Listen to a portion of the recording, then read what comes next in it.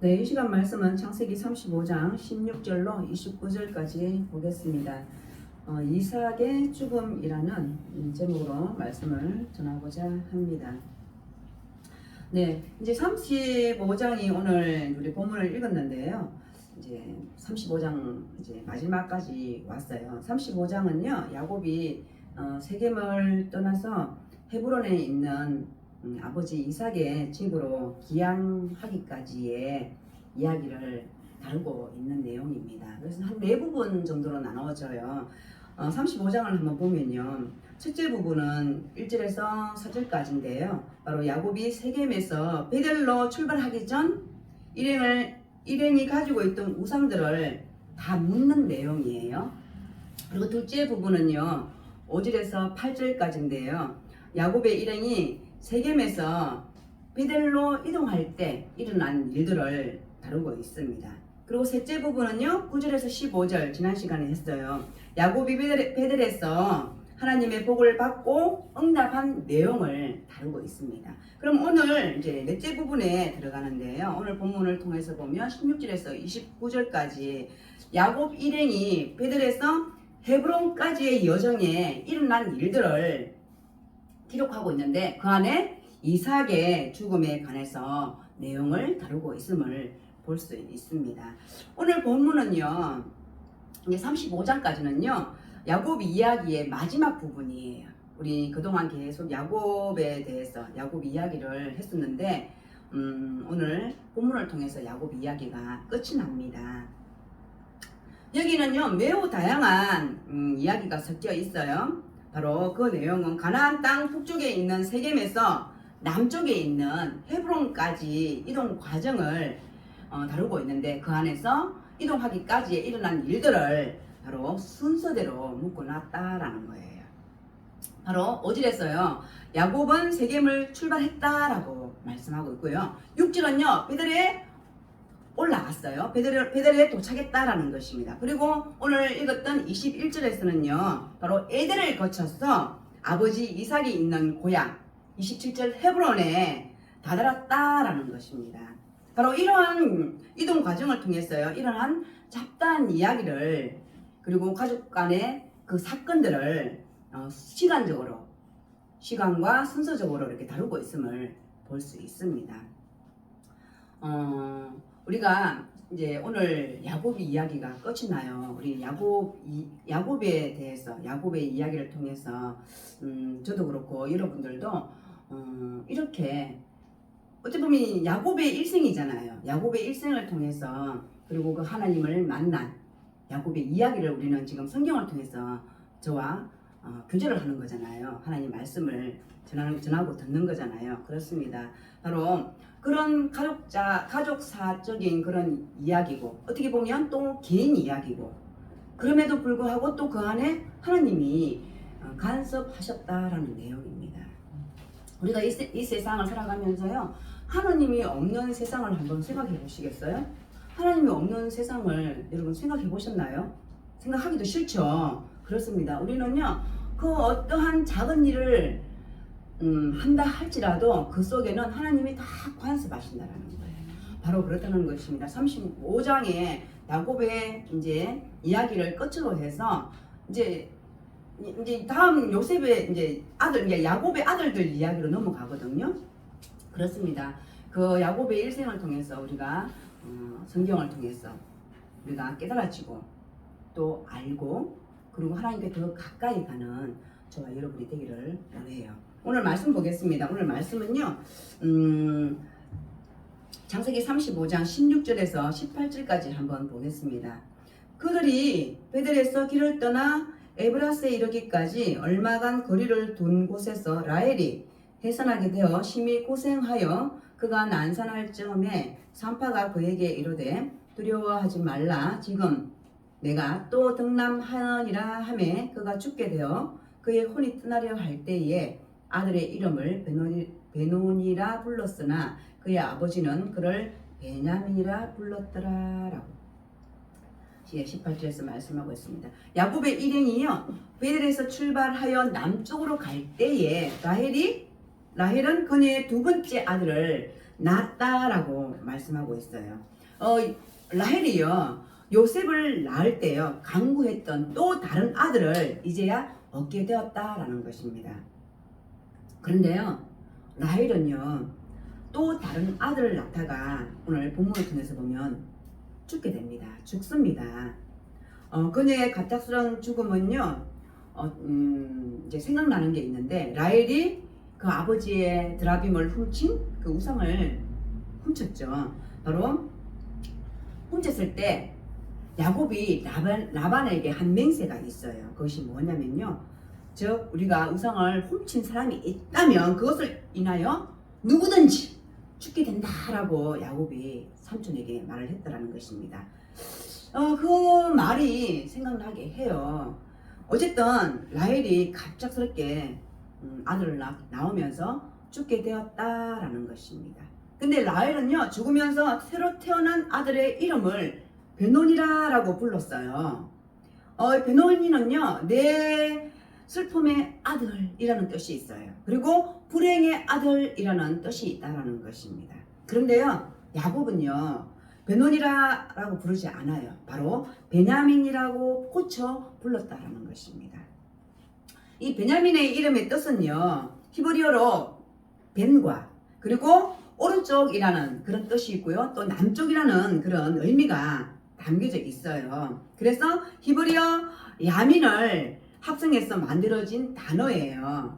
그래서 베냐민이라 불렀다라는 것입니다. 그 첫 번째로 베냐민이라는 뜻은요 오른손의 아들, 오른손의 아들이라는 이 아들이라고 생각하면 되고요. 그리고 오른쪽은 우리 김미나 그리고 영리함, 힘 이런 걸 상징하잖아요. 바로 그래서 오른손의 아들이다라는 그런 의미가 담겨져 있다라고 보시면 됩니다. 그리고 또 행운의 아들이다라고 그 뜻이 풀이될 수 있다라는 것입니다. 그러면요, 이 라헬이 불렀던 이 베논이라는 이름과 또 아버지가 불렀던 야곱이 불렀던 베냐민 이름하고는 정반대예요. 그죠? 바로 라헬이 불렀던 베논이는요, 내 슬픔의 아들, 불행의 아들이라는 뜻이에요. 그죠? 그런데 그 아버지 야곱이 불렀던 베냐민은요, 어때요? 오른손의 아들, 이 힘을 상징하는 행운의 아들이라는 뜻이 담겨져 있기 때문에 이 완전히 상반된 그런 뜻을 가지고 있다는 것입니다. 바로 베냐민은요 남쪽의 아들이라는 뜻이에요. 그래서 베냐민은요 남쪽에서 태어난 아들이라는 것입니다. 이게 베냐민 어디서 태어났다고요? 남쪽에서 태어났다라는 거예요. 네. 그리고 19절에서 보면 19절 20절에 보면요 라헬이 죽음에 에브랏 곧 베들레헴 길에 장사되었고 야곱이 라헬의 묘에 비를 세웠더니 지금까지 라헬의 묘비라 일컬더라라고. 근데 라헬이 죽었어요. 바로 즉 베들레헴으로 가는 길에 장사되었다라고 말씀하고 있어요. 그리고 야곱은요 라헬의 무덤 앞에 묘비 즉 돌기둥을 세웠다라는 것입니다. 이것은요 야곱이 세 번째로 세운 돌기둥이었다라는 것입니다. 그리고 여기서 에브락과 베들레헴은요 같은 장소로 표현되어 있습니다.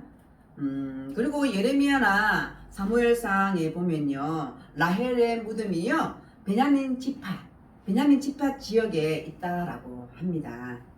오늘날에는 그 위치를 확인하기는 어렵지만 그때는 이 시대는 바로 라헬의 무덤이 베냐민 지파 지역에 있었다라고 보면 됩니다. 그리고 20절에 보면요 지금까지라고 했어요. 지금까지 라헬의 묘비라 일컫더라라고 하는데요. 이 말씀이요 지금까지 우리 살아가는 지금 이 시대 지금까지 알 수는 없지만 여기서 말씀하고자 하는 그 뜻이 뭐냐면은 지금까지는 그때까지 라헬의 묘비라고 일컬더라라고 라는 것을 보시면 됩니다. 그리고 21절 22절을 보면요 이스라엘이 다시 길을 떠나 이들 망대를 지나 장막을 쳤더라. 이스라엘이 그 땅에 거주할 때에 르우벤이 가서 그 아버지의 처 비라와 동침함에 이스라엘이 이를 들었더라라고 말씀하고 있어요. 비라는 누구예요? 비라는요 라헬의 몸종이었어요. 비라는요 라헬의 몸종이었는데요. 야곱의 첩이 되었던 여자입니다.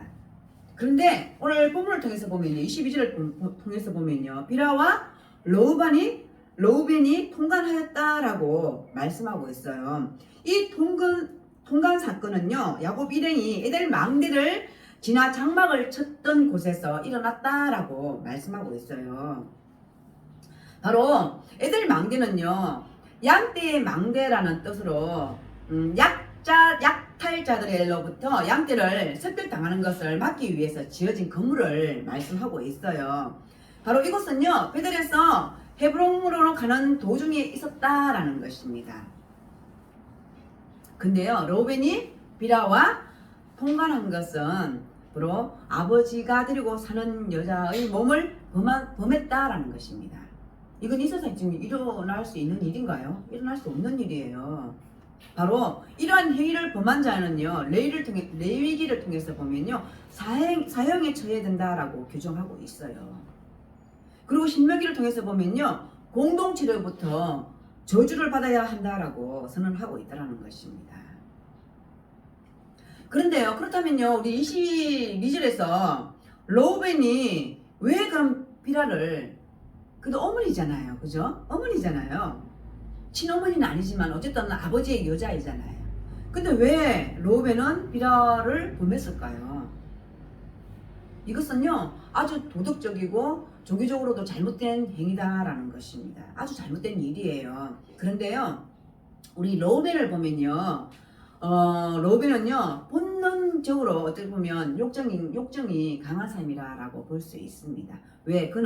로벤은요, 거의 매우 거친 성격을 가진 사람이다라고 있어요. 그래서 그 강한 정력 때문에 바로 우발적으로 일어난 일이라고 볼 수 있다라는 것입니다. 그리고요, 또 로벤은요, 아버지 야곱이 그 친엄마 레아보다 누구를 더 사랑했어요? 라헬을 더 사랑했어요. 바로 라헬을 더 사랑했기 때문에 그에 대한 반발이었을지도 모른다. 왜? 비라가 라헬의 어쨌든 몸종이었잖아요.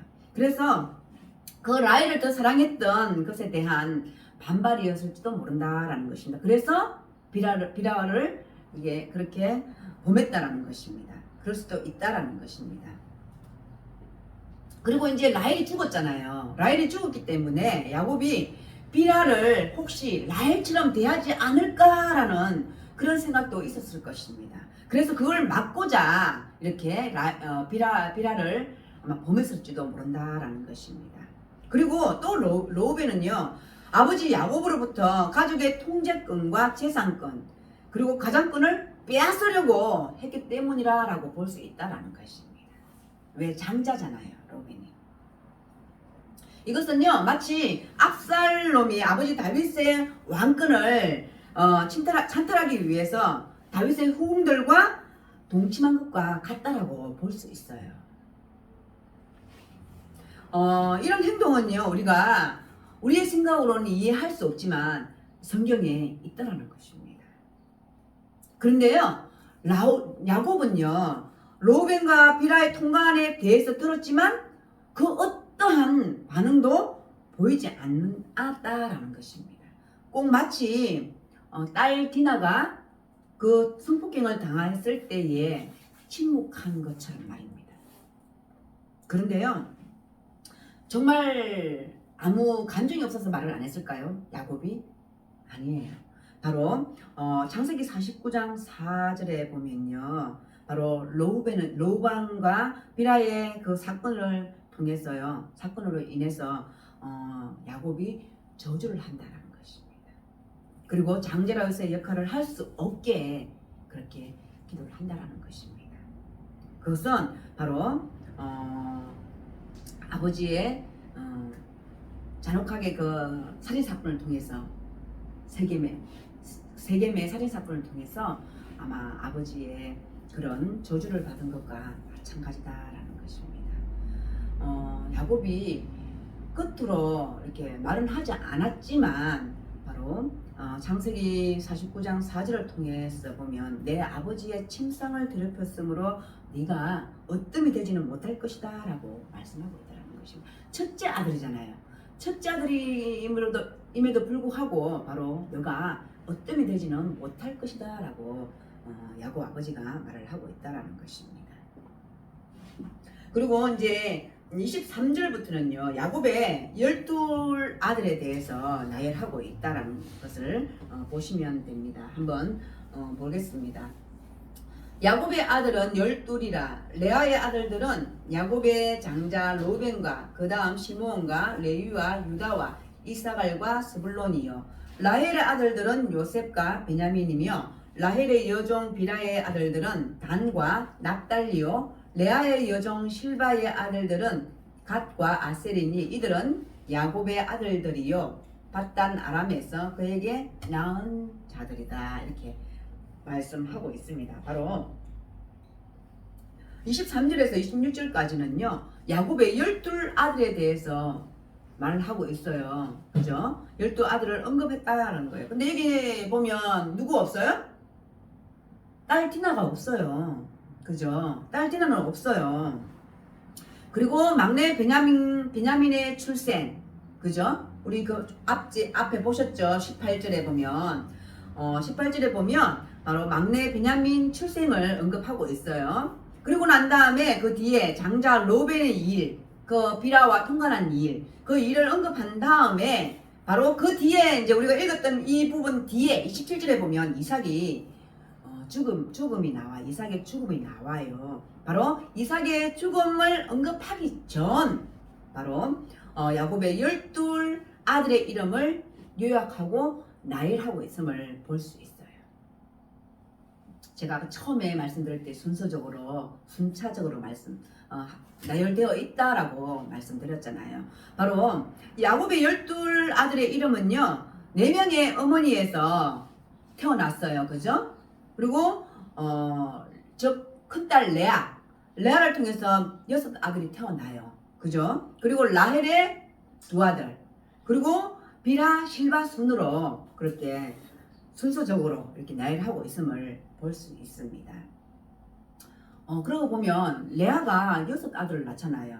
그죠? 6아들 놓고 둘 이렇게 그래서 12아들이 되거든요. 그래서 오늘 말씀을 통해서 보면 35장에서는 정말 그 야곱의 일생이 이제는 끝이 난다라는 거예요. 그리고 그 이제 이삭의 죽음을 통해서 이삭의 죽음을 끝으로 이제는 그 뒤에 아들이 이제 이어진다라는 것을 볼 수 있는데요. 제가 이제 이걸 제가 왜 이제 말씀을 드리자면요. 세월이 그런 것 같아요. 우리가 지금 이 시대를 살고 있지만 2024년도 살고 있잖아요. 살고 있지만 우리가 알지 못하는 세계가 있었잖아요. 우리 나라를 보더라도 우리가 알지 못했던 그 세월이 있잖아요. 그죠? 그리고 우리를 알지 못하는 또 그 세월이 우리 후세들에게 있을 거 아니에요. 그렇지만 어때요? 하나님 만든 세상이기 때문에 계속 돌아가는 거예요. 근데 그 안에 그 중심이 우리 인생의 각 개인의 인생을 보지만 그 안에 중심이 누구에게 맞춰져 있는 거예요? 하나님께 맞춰져 있는 거예요. 그게 중요하다는 생각이 들었거든요. 어떻게 보면 내 개인이지만 내 앞 세대에 조상이 있을 것이고 그리고 내 후세대에 자녀들도 있잖아요. 근데 나로서 끝나는 것이 아니라 바로 성경의 말씀처럼 그 세대가 계속 하나님의 약속대로 계속 이어진다는 거예요. 바로 하나님께서는 아브라함에게, 이삭에게, 그리고 야곱에게 똑같은 말씀을 주셨거든요. 그래서 이제 제가 말씀을 준비하면서 그런 생각을 했어요. 내가 비록 이 세상에 뭐라고 해야 되죠? 삐까뻔쩍이라고 그래야 되나? 그렇게는 살지 못하지만 그래도 나를 기억해주고 그리고 나를 통해서 하나님을 알고 예수님을 알고 우리 자녀의 자녀들이 그것이 바로 하나님의 약속이다라는 거예요.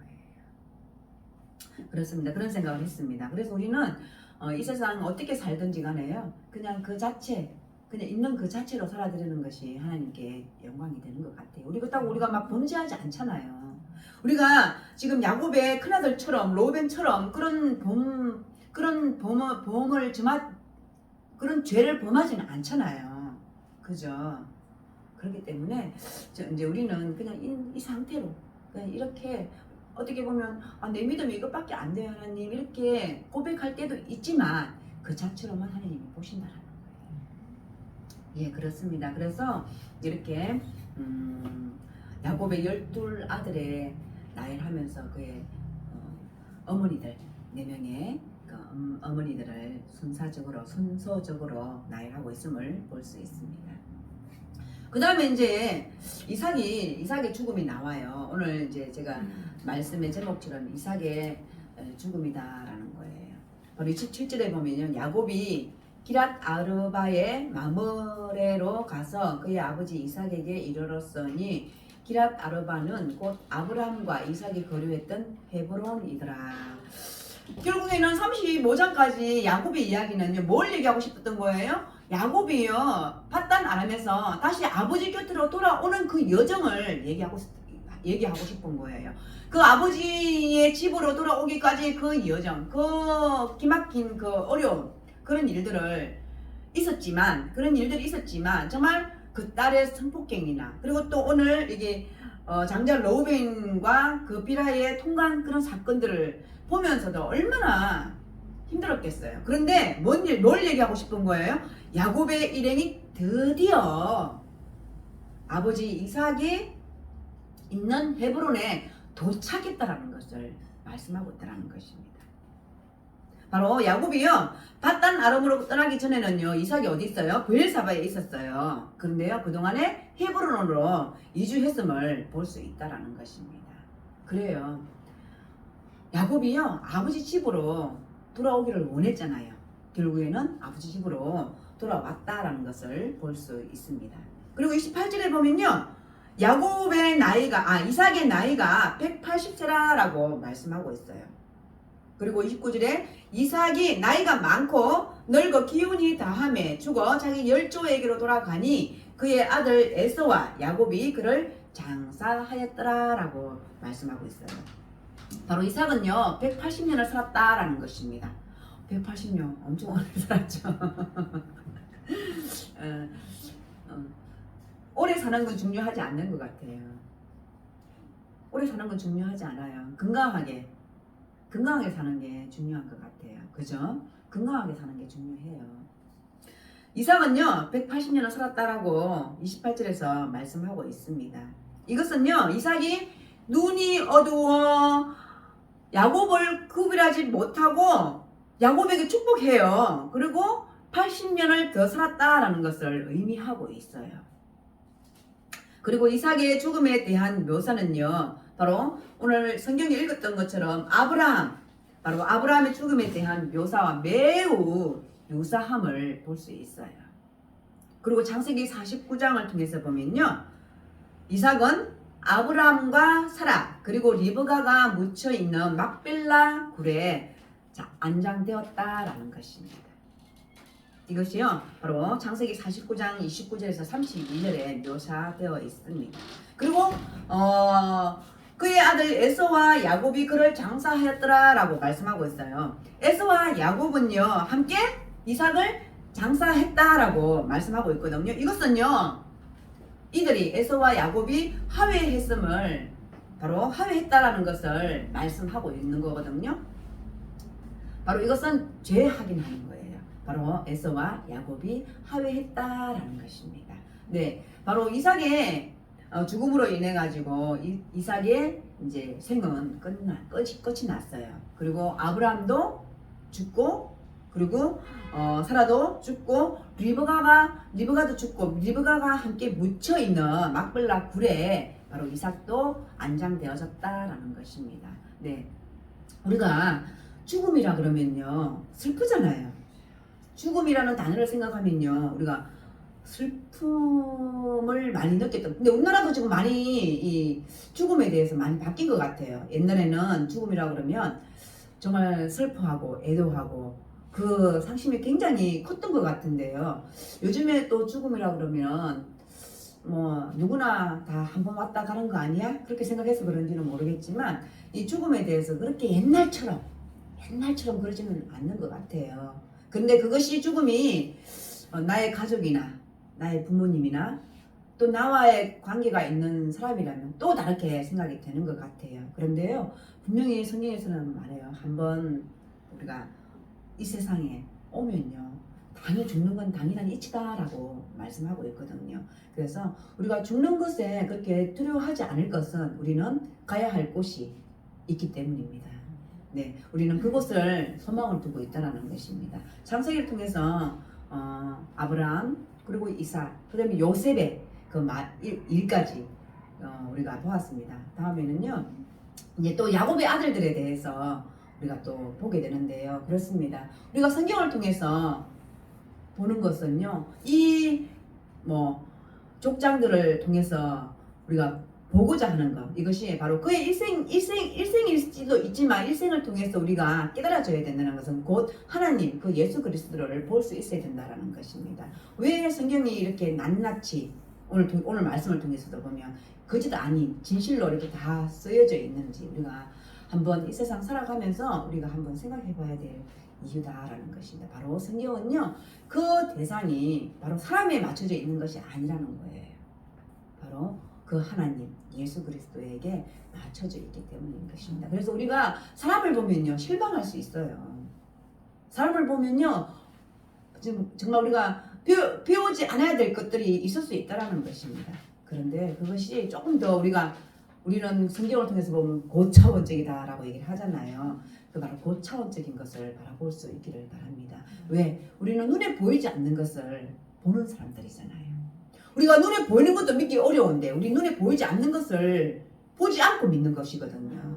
그래서 우리는 고차원적이라는 거예요. 여러분, 우리 아침에 우리 권사님, 장례인 권사님 들어오시는데 엄청 얼굴이 힘들어 하시는 것 같았어요. 근데 이제 제 마음속으로 하나님 만져주세요. 왜냐면 우리는 할 수 없어요. 저도 할 수 없어요. 그런데 하나님께서 하시면 하시거든요. 바로 그런 마음이라는 것입니다. 우리가요, 이 세상 살아드릴 때요, 우리 마음대로 안 되는 거 많아요. 저도 그렇더라고요. 제 마음대로 안 되는 것들이 많더라고요. 그런데 내 마음대로 안 되기 때문에 하나님 앞에 또 의지하는 거예요. 왜? 그것을 해달라는 게 아니에요. 그런 기도가 아니라 내가 잘못 바라보고 있나요, 하나님? 제가 잘못 가고 있나요, 하나님? 그 점검하는 거예요. 우리는 기도를 통해서 또 말씀을 통해서. 날씨가 너무 좋잖아요. 그죠? 날씨가 너무 좋더라고요. 하나님, 날씨가 너무 좋아요. 저 이렇게 집에 있어야 되나요? 이럴 때도 있거든요. 근데 조금의 마음의 여유를 가지시고 집 앞이라도 이렇게 산책하니까 너무너무 좋았어요. 하나님 만들어주신 세상이잖아요.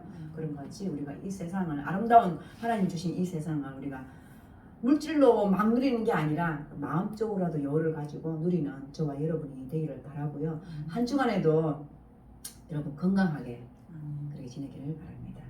기도하시겠습니다. 하나님 참으로 감사합니다.